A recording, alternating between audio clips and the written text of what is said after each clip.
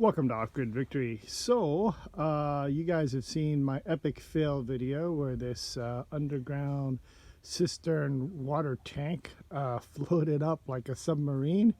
And so I tried to remedy that. So I reburied it, put a little bit of river rock underneath and tried to level it out. It's not quite level, but you know what? It's good enough for government work, as they say.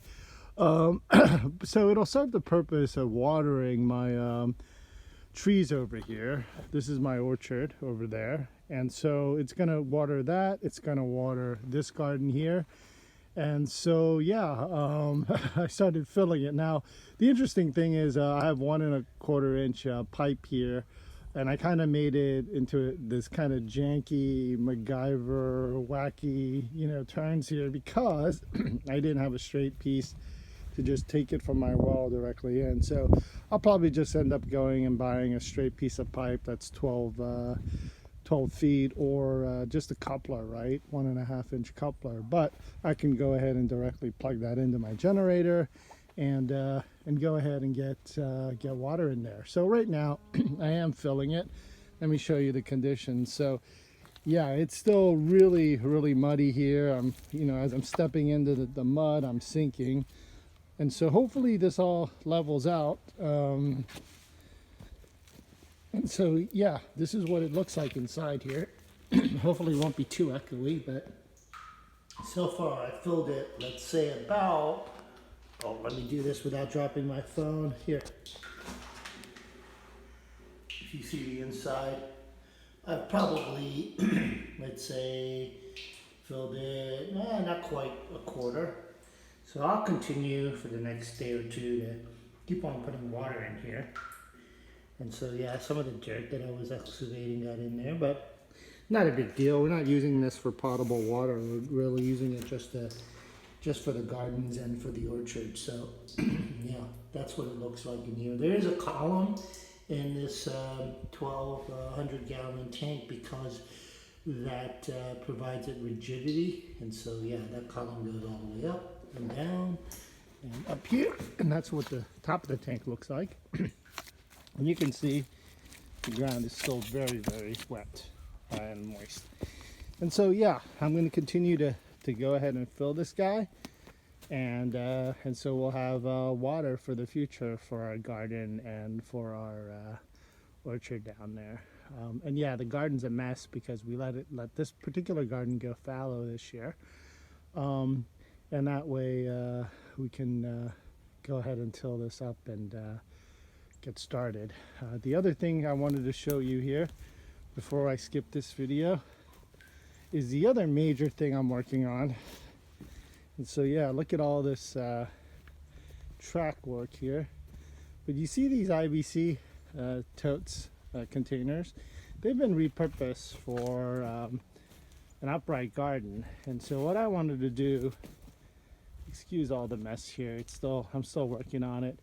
What I'm trying to do here for the second part of this video is to show you what I've kind of planned as a raised bed garden. So the water tank is over there, and I'm going to pipe in and maybe do some drip irrigation here too, but an upright garden for the homestead.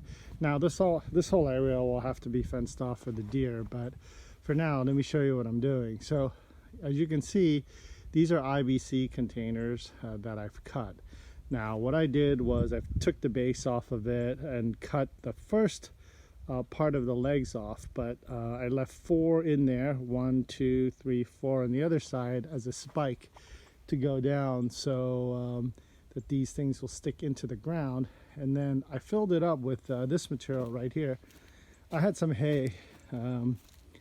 This is the hay that I'm using. It's round bale hays that I did a few years ago that I had a lot in my barn. So I just put 4 in each one to just kind of save myself the dirt, because as you can see here, I have a lot of clay dirt and not really a lot of good topsoil, right? So really this is going to act as a biomass to kind of degrade down over the years to get me the fertile soil. And beneath it is a fabric cloth or shade cloth. This particular one is kind of interesting because It's pretty darn thick, and underneath is kind of this felty material. I've never seen that before. But anyway, I've laid that down, and I'm going to try to get some river rock and cover all of this and make a nice border. But for now, I got started. I dumped some dirt on top of these because, like I said, the clay is pretty off the chain, and it was hard to kind of smooth out. But let me go ahead and show you what that's going to do. So the soil is going to go permeate into all of this bed, and on top of that, what I will do is yeah, look at the mud here. What I'm going to do is I'm going to spread manure on top of that. So this is kind of like what happened to it, right? It's kind of like really muddy and slimy right here, and that's kind of the dirt that I've been working with. Once I excavated that guy out, I had a lot of this material, a lot of this kind of wet, soggy dirt, as you can see here. And so, yeah, that's what I've been using to kind of smooth out this area. Excuse all this camera work. And so I was able to lay this out like a sludge, but it started getting harder, and so now I have like lumps of it like this. The other thing I wanted to show you was this guy right here. So what is all of this? Well, this is cow manure, right? And that's what I got from my cows. And what I'm going to do with that is put it on top of all of this. And what that's going to do is provide me with a base to start growing things, mixed in with a little bit of this clay. So what I'll probably end up doing is spraying the manure out and trying to grow on top of that. Now, it's not hot because it's cow manure, so theoretically it should work. But if it doesn't, I'll just mix in a little bit of either leaf mulch, or I'll mix in a little bit of peat moss, I guess, to get the plant started. But yeah, this is kind of my start to my raised bed garden. So we'll see how that goes. I'll give you an update of that. But at least the biggest failure so far here on the homestead, that water tank is now done.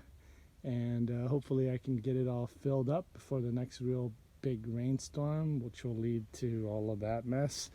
And yeah, we'll have a nice little garden here in the spring. Alrighty, shalom.